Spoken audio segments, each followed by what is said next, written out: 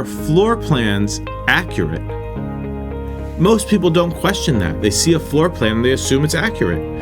Who would make a false floor plan? But let me tell you, in New York City, it's a big problem.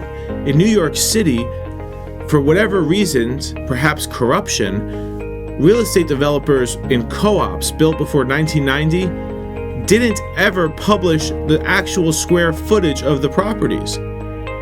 Now, the reason they didn't want to publish the square footage is because they didn't want to tell people how small they were. Even the big ones aren't that big. As a result, you'll see floor plans for New York City co-ops especially that won't give you all the numbers that you're looking for. They may keep the bathrooms out or the foyer out, so it's hard to grasp the entire square footage. But in the real world today, most of the time they're hiring a new floor plan draftsperson and they're getting an up to the second floor plan in case the building shifted at all, and they are accurate. However, there are ways to know. First of all, you can do your own measurement and you can hire someone, or your agent can hire someone.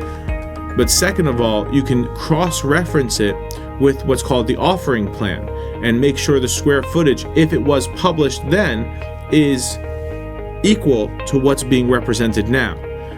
Square footage and floor plans are a source of misinformation in New York, and your agent should help you look for red flags if you're curious about that thing.